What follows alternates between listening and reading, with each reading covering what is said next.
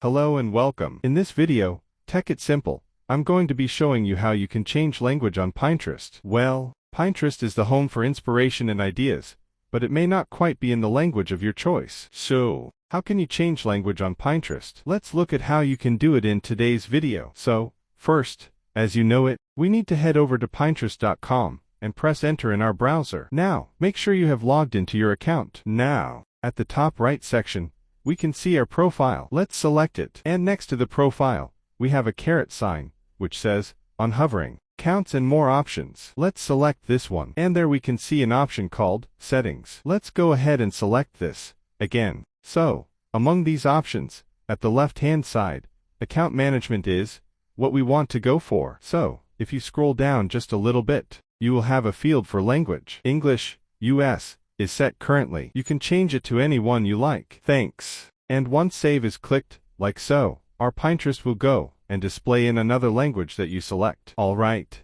now you know how to change language on Pinterest. If you found this video helpful, to give this video a big thumbs up, and if you still have any questions or comments regarding changing language on Pinterest, do leave them in the comment section. We'll get back to you right away. Until next time, bye-bye.